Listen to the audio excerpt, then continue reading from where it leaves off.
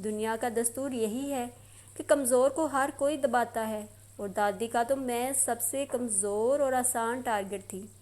اس لیے انہوں نے بات کا رخ میری طرف موڑ دیا اور بڑے غصے میں بولی، تم وہاں عمر کے دوستوں میں کرنے کیا گئی تھیں؟ اتنی بڑی ہو گئی ہو، ذرا عقل نہیں؟ یوں غیر لڑکوں میں جا کر گھسنا کوئی اچھی بات ہے؟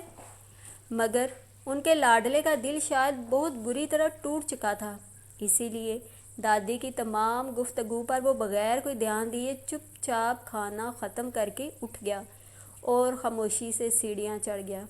دادی کا صدمے کے مارے برا حال تھا، کوئی ان کی عزیزت جان عمر کو تکلیف دے یا دکھ پہنچائے، اسے تو وہ قبر میں بھی چین نہ لینے دیں۔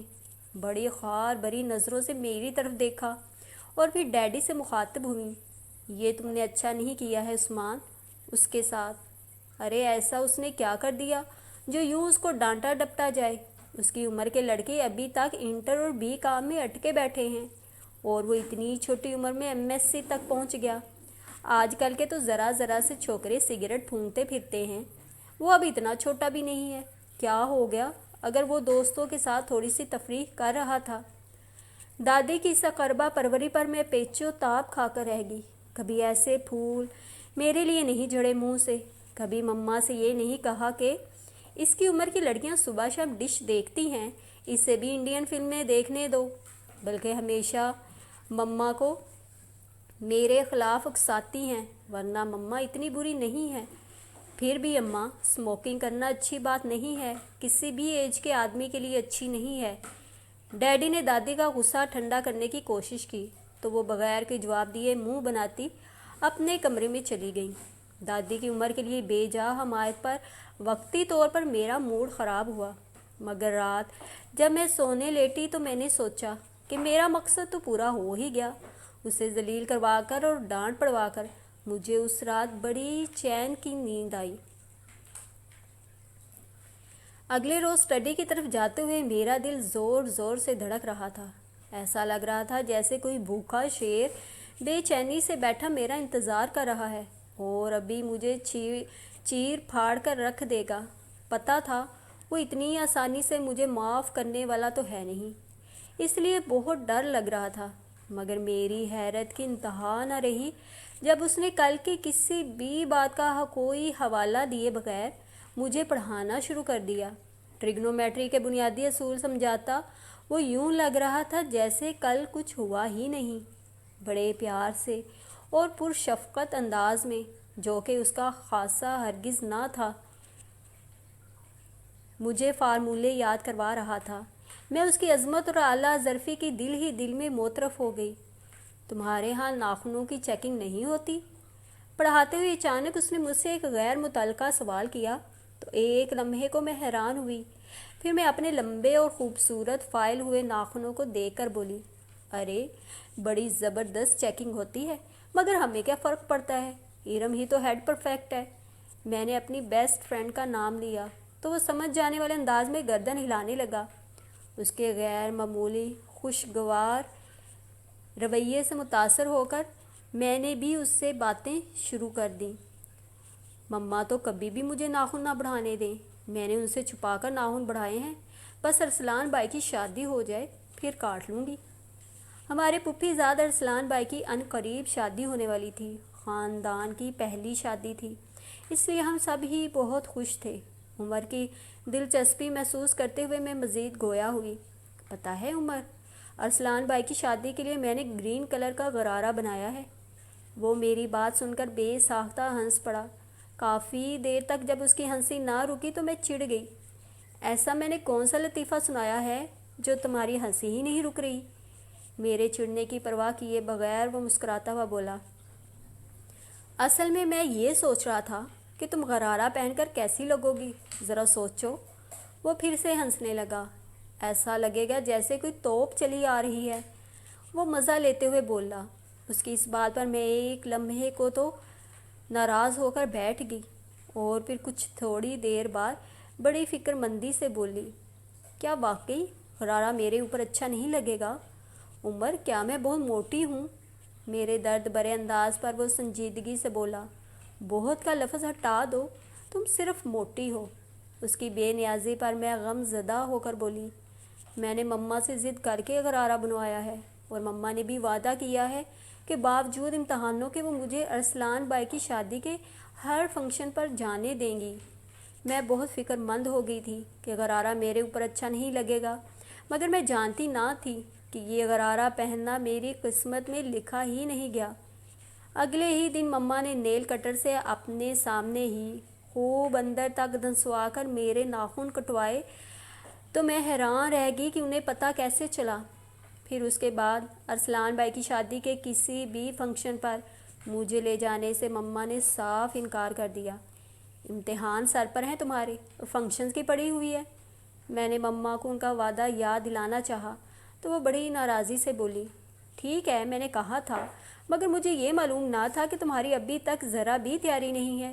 فزکس کے 4 چیپٹر بغیر ہاتھ لگائے ایسے ہی رکھے ہیں، کچھ سنجیدہ ہو جاؤ پڑھائی میں۔ اور پھر میں روتی رہ گئی، مگر کسی نے میرے اوپر رحم نہ کھایا۔ عمر تو آگ لگا کر پھپھو کے گھر چلا گیا تھا اور شادی کے تمام فنکشنز ختم ہونے تک وہیں رہا تھا۔ اس کمینے نے کیسا بھرپور بدلہ لیا تھا مجھ سے، ہمارے خاندان کی پہلی شادی، اور میں اس میں شرکت سے محروم رہ گئی تھی۔ وقت کیسا بھی ہو گزر ہی جاتا ہے، چنانچہ یہ بدترین وقت بھی گزر ہی گیا، اور پھر وہ لمحہ آیا جب میں اپنے گھر والوں کے سامنے سرخرو ہو سکی۔ میٹرک میں 70% میرے اپنے حساب سے بہت زیادہ تھے۔ گھر میں پہل تو کسی کو یقین ہی نہ آیا۔ میری نالائکی سے تو اب سب ویسے ہی سمجھوتا کر چکے تھے، کسی اور کو تو کیا مجھے خود یقین نہ آ رہا تھا۔ مما نے زندگی میں پہلی مرتبہ مجھے گلے سے لگا کر پیار کیا تو میں خوشی سے بے حال ہو گئی۔ ممی نے سونے کی خوبصورت سی چین دی، پاپا نے 1000 روپے دیے۔ میں خوشی سے پھولے نہ سما رہی تھی۔ عمر سامنے ہی بیٹھا میرا خوشی سے گل رنگ چہرہ بڑے طنزیہ انداز میں دیکھ رہا تھا۔ ٹھیک ہے، میں اس کی طرح ناشکری نہیں ہوں کہ پوزیشن آنے پر بھی منہ بنایا جا رہا تھا۔ میں تو اے گریڈ پر بھی اپنے رب کی بڑی شکر گزار ہوں۔ اس کی طنزیہ نظریں نظر انداز کر کے میں نے دل ہی دل میں خود کو حوصلہ دیا۔ دادی ایسے موقع پر چپ کیسے رہ سکتی تھی؟ میرا دل جلانے کو بڑے طنز سے بولی، ارے بی بی، میرے عمر کے پاؤں دو دو کر پیو، جس نے تم ایسی نکمی اور نالائق کو کسی لائق بنا دیا، ورنہ مجھے امید نہ تھی کہ تم ایک ہی مرتبہ میں میٹرک کے پرچے پاس کر لو گی۔ جب سے میں نے ڈیڈی سے عمر کو ڈانٹ پڑوائی تھی، دادی میری اور بھی دشمن ہو گئی تھی۔ حالانکہ ان کا چہیتا مجھ سے بدلہ لے چکا تھا، مگر ان کا غم ابھی باقی تھا۔ میں نے دادی کا طنزیہ انداز بھی نظر انداز کر دیا اور خوشی خوشی ہزاروں روپوں کو ٹھکانے لگانے میں لگ گئی۔ کالج میں آئی تو ایک بالکل ہی مختلف دنیا سے میرا تعارف ہوا۔ مما نے مجھے پری انجینئرنگ دلوائی تھی، حالانکہ پاپا نے دبے لفظوں میں مما کو سمجھانے کی کوشش بھی کی تھی کہ اگر اس کا انٹرسٹ آرٹس کی طرف ہے تو اسے وہی پڑھنے دو، مگر مما نے ان کی بات ایک کان سے سن کر دوسرے سے نکال دی تھی، اور میں جو ابھی تک ان کے گلے لگا کر پیار کرنے پر سرشار تھی، بلا چون چراں ان کی بات مان گئی تھی۔ کالج میں ہم چاروں کا گروپ تو وہی پرانا تھا، یعنی میں، ارم، لبنہ اور وردہ، مگر ہمارے گروپ میں نیا اضافہ فرحانہ کا تھا، جو ویسے تو ایج میں ہم لوگوں سے 1.5-2 سال بڑی تھی، مگر باتیں بڑے مزے کی کرتی تھی۔ پہلے ہی دن وہ ہمارے گروپ میں شامل ہو گئی تھی اور دوسرے دن بڑے مزے سے اپنے فیانسی کی تصویریں اٹھا کر لے آئی اور بتایا کہ اس کی منگنی عمران سے سال بھر پہلے ہی ہوئی ہے، وہ بھی بڑے زبردست قسم کے افیئر کے بعد، اور یہ کہ وہ میٹرک میں مسلسل 2 سال تک فیل ہوتی رہی ہے، صرف اور صرف اسی چکر کی وجہ سے۔ یار، میری ممی کہتی ہیں کہ لڑکیوں کو پڑھ لکھ کر کیا کرنا ہے، اور کرنا تو وہی ہانڈی چولہا ہی ہے نا۔ بس میری تو انٹر کرتے ہی شادی ہو جائے گی، کالج میں بھی تو صرف ٹائم پاس کرنے آئی ہوں، وہ بڑے اطمینان سے بتا رہی تھی۔ اور ہم چاروں، جنہیں پڑھائی کی خاطر دن رات گھر والوں سے جوتے پڑتے تھے، اس کے نصیب پر رشک کرنے لگے۔ اس کی باتوں میں ہم لوگوں کو بڑا مزہ آتا تھا۔ وہ روزانہ پوری تفصیل کے ساتھ اپنی اور عمران کی ٹیلی فونک گفتگو کا احوال سناتی، جو رات کو 12 بجے سے صبح کے 4 بجے تک بلا ناغہ جاری رہتی تھی۔ اس کا منگیتر BCom کر کے اپنے ابا اور بھائیوں کے ساتھ بزنس کرتا تھا۔ عمران نے یہ کہا۔ میں شرما گئی۔ عمران نے وہ کہا۔ میں بھی شرم سے سر جھکا کر رہ گئی۔ اس کی باتوں پر ہم لوگوں کو حسرت سی محسوس ہوتی کہ کیا ہم اس قابل نہیں کہ کوئی ہمیں بھی پسند کرے۔ ہمیں تو آج تک کسی نے لفٹ ہی نہیں کروائی۔ ارم نے تو باقاعدہ اس روز کالج سے گھر آتے ہوئے کہہ بھی دیا، فرحانہ سے تو زیادہ ہی خوبصورت ہوں میں۔ پتہ نہیں لوگوں کی نظریں کمزور کیوں ہو گئی ہیں۔ مجھے بھی کیونکہ اس کے اس بات سے مکمل اتفاق تھا، اس لیے اس کی تائید کرنے لگی، اور پھر کافی دیر تک ہم اپنی اس ناقدری پر افسوس کرتے رہے۔ فرحانہ کی باتیں سن سن کر ہم چاروں کو منگنی کروانے یا کم از کم ایک آدھ چکر چلانے کا بڑا شوق ہو گیا تھا۔ فرحانہ نے بتایا تھا کہ عمران نے اسے اسکول سے گھر جاتے ہوئے راستے میں ایک دن لفٹ کی آفر کی تھی، اور بس وہیں سے ان کی لو سٹوری شروع ہو گئی تھی۔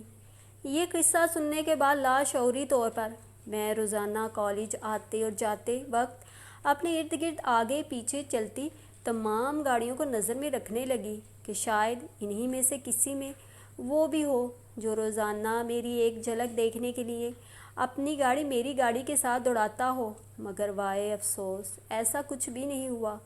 ہم چاروں کی سپاٹ اور بے رنگ زندگی میں کوئی ہلچل نہ مچی۔ اس صبح میں ناشتے کی میز پر خاصی تاخیر سے آئی تو میز پر گھر کے تمام افراد موجود تھے۔ مما نے ایک نظر میری طرف دیکھا اور غصے سے بولی، ابھی تک یونیفارم بھی نہیں پہنا، کالج جانے کا ارادہ ہے یا نہیں؟ میں کرسی پر بیٹھتے ہوئے لاپرواہی سے بولی، مما آج میرا کالج جانے کا موڈ نہیں ہے۔ میں نے سستی سے کہتے ہوئے ایک لمبی سی جماہی لی تو میری جماہی پر دادی مجھے گھورنے لگی۔ بیچاری دادی ساری زندگی میری تربیت پر توجہ دیتی رہیں، مگر میں نے بھی سدھر کر نہ دیا۔ مجھے ان کے گھورنے پر خواہ ہنسی آنے لگی۔ کیا بات ہے آپ کے موڈ کی؟ انٹر کرنے کا ارادہ ہے یا نہیں؟ مما نے طنز کا نشتر چلایا۔ ان کی بات کا کوئی جواب دیے بغیر میں آرام سے آملیٹ سے لطف اندوز ہونے لگی۔ چلو جاؤ، جا کر یونیفارم پہن کر آؤ نواب زادی، اب اپنے موڈ سے کالج جایا کریں گی۔ مما کا پارا ہائی ہونے لگا تھا۔ کیا ہے مما، مجھ سے نہیں ہوتی اتنی مشکل پڑھائی، فزکس پڑھو، کیمسٹری رٹو، پھر میتھ کے ساتھ سر کھپاؤ، فائدہ ہی ساری مغز ماری کا، آخر کرنا تو وہی ہانڈی چولہا ہی ہے نا۔ میں نے اپنے طور پر بڑی سنجیدہ بات کی تھی، مگر پتہ نہیں کیوں عمر کو خواہ مخواہ کھانسی ہونے لگی تھی، اور ڈیڈی نے اپنے لبوں پر مچلنے والی بے ساختہ مسکراہٹ کا گلا گونڈتے ہوئے اخبار چہرے کے آگے پھیلا لیا تھا۔ مما خاموشی سے مجھے گھور رہی تھیں، اور ان کے گھورنے کی وجہ سمجھنے سے میں قاصر تھی۔ شاباش ہے، اس بے حیائی کی کسر رہ گئی تھی، چلو وہ پوری ہوئی۔ دادی نے غصے اور طنز کے ملے جلے انداز میں کہا تو میں ان کے ناراض ہونے پر حیران سی بیٹھی رہ گئی۔ کیوں، میں نے ایسی کیا بات کہہ دی ہے؟ میری کلاس میں آدھی سے زیادہ لڑکیوں کی انگیجمنٹ ہو چکی ہے، اور سب کی شادیاں انٹر کرتے ہی ہو جائیں گی۔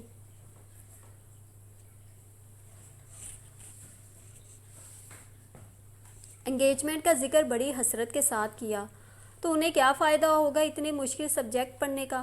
شادی کے بعد ان کی ساس آئنسٹائن کی تھیوری آف ریلیٹیوٹی تو نہیں سنے گی؟ میں نے بڑی بے نیازی سے بات مکمل کی۔ مما اور دادی کے علاوہ میز پر موجود تمام لوگوں کے چہروں پر مسکراہٹ تھی، اور تو اور مریم بھی، جو اب خیر سے 9 سال کی ہو گئی تھی، وہ بھی ہنس رہی تھی۔ مجھے دادی اور مما کے گھورنے پر افسوس ہو رہا تھا۔ بھئی یہ تو قدرتی بات ہے، کیا میری کبھی شادی نہیں ہوگی؟ عمر تو باقاعدہ کہکا لگا کر ہنس رہا تھا۔ مما پتہ نہیں کیوں اپنا سر پکڑ کر بیٹھ گئی تھیں، جبکہ میں بڑے آرام سے ناشتہ کرتی رہی تھی۔ یہ اور بات کہ بعد میں مما نے خوب گھن گرج کے ساتھ مجھ پر برستے ہوئے پاپا اور ڈیڈی کے سامنے اس بے حیائی پر سخت سخت سنائی تھیں۔ کچھ ہی دنوں بعد میری برتھ ڈے آئی تو وہ چاروں میرے ساتھ سالگرہ سیلیبریٹ کرنے گھر چلی آئیں۔ مما نے بھی میری دوستوں کی آمد کا لحاظ کرتے ہوئے کافی ساری چیزیں بنا کر رکھی ہوئی تھیں۔ مجھے خود تو صرف چائے ہی بنانی آتی تھی۔ ہم پانچوں لان میں بیٹھے کھانے پینے اور ہلا گلا کرنے میں مصروف تھے۔ میں ان لوگوں کے دیے گفٹس کھولنے لگی ہوئی تھی جب فرحانہ کی سرگوشی سنائی دی۔ وہ بالکل میرے قریب ہو کر پوچھ رہی تھی، تاباں یہ اسمارٹ سا لڑکا کون ہے؟ میں نے سر اٹھا کر دیکھا تو سامنے سے بڑی لاپرواہی سے عمر بلیک ٹی شرٹ اور بلیک جینز پہنے شاید جم خانہ جانے کے لیے پورچ کی طرف جا رہا تھا۔ عمر ہے میرا کزن، میں نے سرسری سے لہجے میں جواب دیا اور دوبارہ گفٹس کی طرف متوجہ ہو گئی۔ وہ چاروں تو پرانی سہیلیاں تھیں، اس لیے عمر کو پہلے سے جانتی تھیں۔ فرحانہ نے پہلی دفعہ دیکھا تھا، اس لیے پوچھ رہی تھی، یہ اتنا اسمارٹ اور ہینڈسم لڑکا تمہارا کزن ہے اور پھر بھی تم اپنی قسمت پر افسوس کرتی ہو؟ فرحانہ نے بآواز بلند فرمایا تو گاڑی کا دروازہ کھولتے عمر نے ایک لمحے کو اس کی طرف دیکھا اور پھر بڑی بے نیازی سے گاڑی نکال کر یہ جا وہ جا۔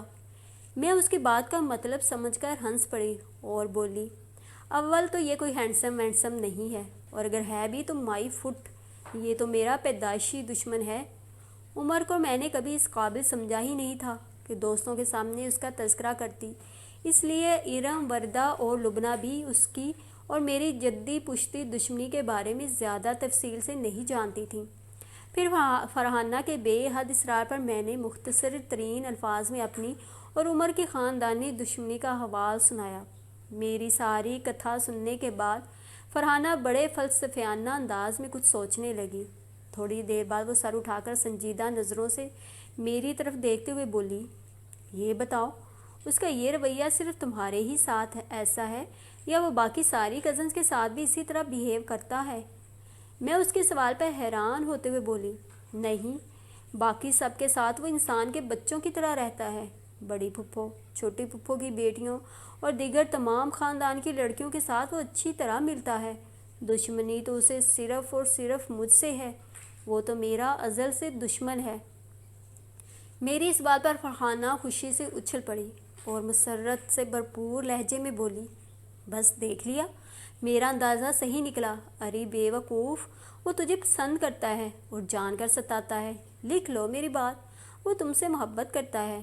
میرا تجربہ کبھی غلط ثابت نہیں ہو سکتا۔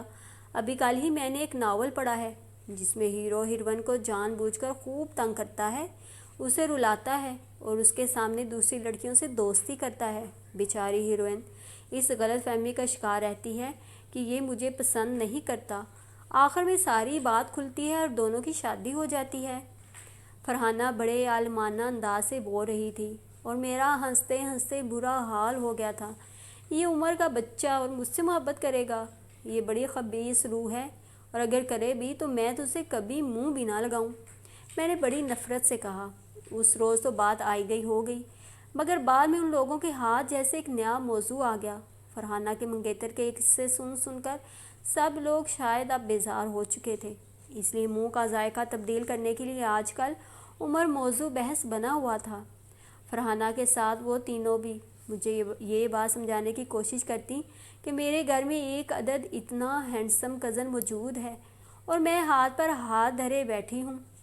ارم نے، جس پر فرحانہ کی محبت کا اثر سب سے زیادہ ہوا تھا، میرے مسلسل انکار پر آخر ایک دن جل کر کہہ ہی دیا، اترا لو خوب اپنے ہینڈسم اور اسمارٹ کزن پر۔ ارے فرحانہ، ایک عمر ہی کیا موقوف، یہ محترمہ کزنز کے معاملے میں خاصی خود کفیل ہیں۔ بد نصیب تو صرف ہم ہی ہیں جو اپنے کزنز کی رومال سے ناک صاف کرتے ہیں اور بوقت ضرورت ان کی اماؤں کی مدد کے خیال سے ان کے نیپی چینج کرتے ہیں۔ اس کی بات پر ہم سب کا ہنستے ہنستے برا حال ہو گیا تھا۔ اس کے امی اور ابا دونوں اپنے بہن بھائیوں میں بڑے تھے، اس لیے اس کے تمام کزنز عمر میں اس سے کافی چھوٹے تھے اور اسے اس بات کا بے حد افسوس تھا۔ قطرہ قطرہ پانی گرتے رہنے سے تو پتھر میں بھی سوراخ ہو جاتا ہے، جبکہ میں تو ایک معصوم اور بھولی بالی سی لڑکی تھی۔ شروع میں ان کی یہ باتیں مجھے بری لگتی تھیں، مگر وقت کے ساتھ ساتھ مجھے بھی ان کی چھیڑ چھاڑ اچھی لگنے لگی۔ اس روز عمر اسٹڈی میں بیٹھا مجھے تھیورم سمجھا رہا تھا۔ میتھ ابھی بھی مجھے عمر ہی پڑھاتا تھا، باقی فزکس اور کیمسٹری کے لیے میں نے کوچنگ جوائن کیا ہوا تھا۔ وہ بیچارہ بڑی جان فشانی سے مختلف مثالیں دے کر مجھے سمجھانے میں مصروف تھا اور میں زندگی میں پہلی مرتبہ بغور اس کا جائزہ لے رہی تھی۔ ہاں، عمر ہینڈسم تو ہے، کم از کم فرحانہ کی اس جوکر سے تو اچھا ہی ہے، میں نے اپنے آپ سے کہا۔ نظروں کا زاویہ بدلا تو مجھے اس میں بہت سی خوبیاں نظر آنا شروع ہو گئیں۔ ہائٹ بھی اچھی ہے، اسپورٹس میں بھی اچھا ہے، پڑھائی میں تو خیر کیا بات ہے، وہ ہے ہی جینیس، اور پرسنالٹی تو بڑی زبردست ہے، نو ڈاؤٹ، اس کی لک بہت ہی مردانہ ہے۔ میں اس پر نظریں جمائے سوچ رہی تھی۔ لو، اب تم مجھے یہ سوال کر کے دکھاؤ، ذرا جلدی سے، ہری اپ۔ عمر کی آواز مجھے ہوش و حواس کی دنیا میں واپس لائی۔ وہ گھور کر میری طرف دیکھ رہا تھا۔ کیا مصیبت ہے؟ بیٹھے بیٹھے سو گئی تھی کیا؟ جلدی سے یہ سوال کر کے دکھاؤ تو میں جاؤں، مجھے کمپیوٹر پر بہت ضروری کام کرنا ہے۔ وہ بڑی بیزاری سے بولا۔ تو میں شرمندہ سی آواز میں بولی، سوری عمر، میری سمجھ میں بالکل بھی نہیں آیا۔ کیا؟ وہ چیخ اٹھا تھا۔ پاگل کر دو گی تم مجھے، جنگلی، بدتمیز، اتنی دیر سے بیٹھا اپنا وقت برباد کر رہا ہوں، دفع ہو یہاں سے، ایڈیٹ۔ وہ میرے اوپر غصہ اتار کر کمپیوٹر کی طرف متوجہ ہو گیا، تو میں اپنی چیزیں اٹھا کر خاموشی سے باہر نکل آئی۔ مگر آج مجھے عمر کی ڈانٹ بری نہیں لگی تھی۔ میرا بھی اس بات پر ایمان پختہ ہو رہا تھا کہ عمر میرے ساتھ ایسا سلوک جان کر کرتا ہے، ورنہ باقی سب کے ساتھ وہ بہت اچھا ہوتا ہے۔ انہی گزرتے دنوں میں رمضان آ گئے تو فرحانہ نے ایک نیا شوشہ چھوڑا۔ تاباں، تم عید پر عمر کو کارڈ اور کوئی گفٹ دو۔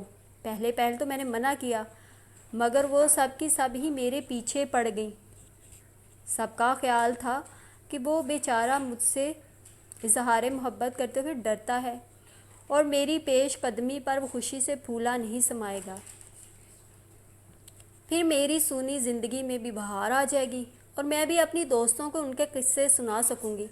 ان لوگوں کے اتنے یقین سے کہنے پر مجھے بھی ایمان لانا پڑا۔ پھر وہیں کالج کی بک شاپ سے ہم نے بلیک کلر کی کارڈ شیٹ خریدی۔ ڈرائنگ تو میری تھی ہی اچھی، چنانچہ بلیک شیٹ پر خوبصورت ریڈ کلر کے گلاب کے پھول میں نے پینٹ کیے۔ وہ چاروں میرے ارد گرد بیٹھی مختلف مشوروں سے نواز رہی تھیں۔ اس روز ہم نے سارے پیریڈز بنک کیے اور کامن روم میں بیٹھ کر کارڈ بناتے رہے۔ بنا تو میں بھی رہی تھی، لیکن مشورے وہ لوگ دے رہے تھے۔ کارڈ تیار ہو گیا تو مسئلہ کھڑا ہوا کہ اس پر لکھا کیا جائے۔ سب کی مشاورت سے بڑی سوچ بچار کے بعد میں نے کٹ پین سے بڑی خوبصورت لکھائی میں کارڈ کے باہر سنہری حروف لکھے، to someone very special, Eid wishes. پھر اندر میں نے ڈیئرسٹ عمر لکھا اور اس کے نیچے لکھا، people like you bring warm special to the mind and warm of thoughts feelings to the heart. نیچے اپنا نام لکھا۔ ان لوگوں کے بے حد اصرار پر بھی میں تمہاری تاباں لکھنے پر تیار نہ ہوئی۔ آخر شرم و حیا بھی کوئی چیز ہوتی ہے۔ ارم کا خیال تھا کہ کارڈ ابھی کچھ سونا لگ رہا ہے، اس میں ایک آدھ شعر بھی ہونا چاہیے۔ ان دنوں ہماری شعر و شاعری کورس کی کتابوں تک ہی محدود تھی، چنانچہ اپنی اردو کی ٹیکسٹ بک کھول کر بیٹھ گئے اور بڑی جد و جہد کے بعد مومن خان مومن کا یہ شعر ہمارے معیار پر پورا اترا۔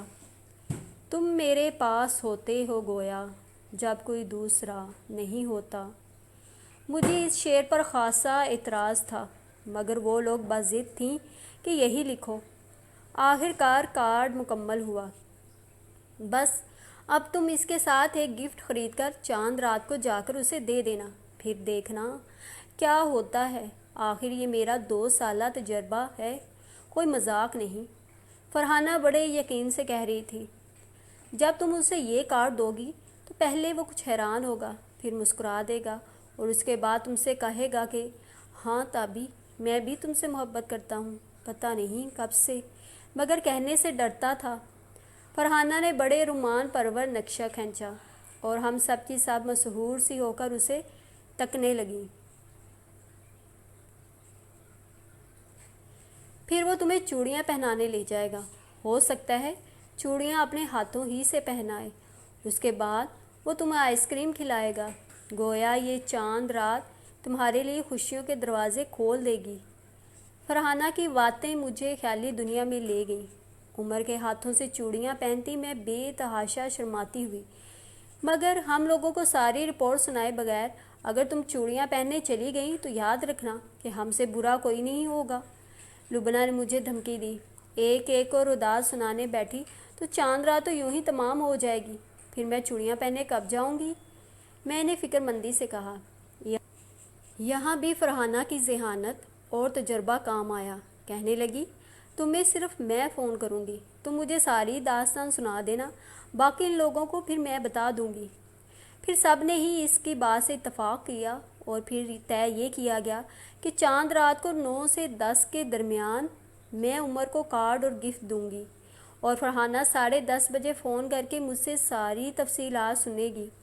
عید کی وجہ سے چھٹیاں ہو رہی تھیں اور آج ہمارا چھٹیوں سے پہلے لاسٹ ڈے تھا۔ سب کو خدا حافظ کہتی میں اپنی گاڑی میں جا بیٹھی۔ راستے میں ڈرائیور سے گاڑی رکوا کر عمر کے لیے گیمز کی سی ڈی خریدی۔ ان دنوں میری پاکٹ منی مجھے اس بات کی اجازت نہ دیتی تھی کہ میں کوئی قیمتی پرفیوم یا قلم اسے تحفے میں دے سکتی۔ پھر کمپیوٹر میں تو اسے دلچسپی بھی بہت ہے، میں نے خود کو اطمینان دلایا۔ چاند رات آئی تو میں صبح ہی سے بڑی ایکسائٹیڈ تھی۔ گفٹ تو میں نے رات ہی پیک کر کے رکھ لیا تھا۔ سارا دن خیالوں میں عمر کے سنگ پتہ نہیں کہاں کہاں کی سیر کرتی رہی۔ اللہ اللہ کر کے رات ہوئی۔ ٹی وی پر 9 بجے چاند نظر آ جانے کا اعلان نشر ہوا تو مما وغیرہ فوراً ہی کچن میں گھس گئی اور میں جلدی سے اپنے کمرے میں آ گئی۔ دھڑکتے دل کے ساتھ گفٹ اور کارڈ اٹھایا اور باہر نکلی۔ عمر کے کمرے میں جاتے ہوئے میں اس سے پہلے اتنی نروس کبھی نہ ہوتی تھی جتنی اس روز ہو رہی تھی۔ ایک لمحے کو تو دل چاہا کہ رہنے دوں، مگر پھر اپنی سہیلیوں کا خیال آیا۔ ابھی فرحانہ فون کر کے پوچھے گی اور اگر اسے پتہ چلا کہ میں نے کارڈ نہیں دیا تو وہ کتنی گالیاں دے گی اور مجھے جاہل، گنوار اور بزدل کے القاب سے نوازے گی۔ نہیں، میں بزدل نہیں ہوں، میں نے خود کو سمجھایا اور دل کڑا کر کے اس کے کمرے کے دروازے پر دستک دی۔ یس کم ان کی آواز سنائی دی تو میں دروازہ کھول کر اندر داخل ہو گئی۔ وہ بیڈ پر بیٹھا تھا، جوگرز پہن رہا تھا۔ ایک نظر میری طرف دیکھا اور بولا، فرمائیے۔ میں نے گفٹ اور کارڈ دونوں اپنے ہاتھوں میں مضبوطی سے پکڑ کر کمر سے لگائے ہوئے تھے، اس لیے اسے کچھ نظر نہیں آیا تھا۔ جب 2-4 سیکنڈ گزر گئے اور میں کچھ بھی نہ بولی تو وہ جوگرز کے تسمے باندھ کر کھڑا ہوتا ہوا بولا، کیا تکلیف ہے؟ بول بھی چکو، مجھے جاوید کی طرف جانا ہے، جلدی کہو جو کہنا ہے۔ بڑی بدتمیزی سے کہتا وہ گھڑی پہننے لگا، مگر میں نے اس کا لہجہ نظر انداز کر دیا۔ مجھے معلوم تھا ابھی یہی زبان میرے لیے پھول برسائے گی۔ بس ایک لمحے کی بات تھی۔ میں نے کارڈ اور گفٹ ایک دم اس کی طرف بڑھا دیے۔ وہ حیران نظروں سے میری طرف دیکھ رہا تھا۔ کیا ہے یہ؟ لہجہ بھی حیرت زدہ تھا۔ وہ عمر، میں نے سوچا ہم ہمیشہ خواہاں لڑتے رہتے ہیں، جبکہ اب ہم بڑے ہو چکے ہیں تو اب ہمیں آپس میں دوستی کر لینی چاہیے، اسی لیے میں تمہارے لیے یہ لائی ہوں۔ میں نے اس کی طرف بڑی لگاوٹ سے دیکھتے ہوئے یہ جملے ادا کیے تھے۔ ویسے جملے میں لفظ بڑے پر میں نے خاصا زور دیا تھا۔ اس کی حیرت بھی بجا تھی۔ ہم دونوں نے ساری زندگی کبھی ایک کینڈی یا مونگ پھلی تک تو ایک دوسرے کو دی نہ تھی، اور کہاں آج میں اس کے لیے گفٹ لیے کھڑی تھی۔ ایک آدھ سیکنڈ کی حیرانی کے بعد اس نے دونوں چیزیں تھام لی اور بولا، تھینک یو۔ میں فوراً ہی دروازے کی طرف بڑھ گئی تھی۔ دروازے سے نکلتے ہوئے میں نے مڑ کر دیکھا تو وہ کارڈ کھول کر پڑھ رہا تھا۔ اس کے چہرے پر مسکراہٹ پھیل گئی تھی۔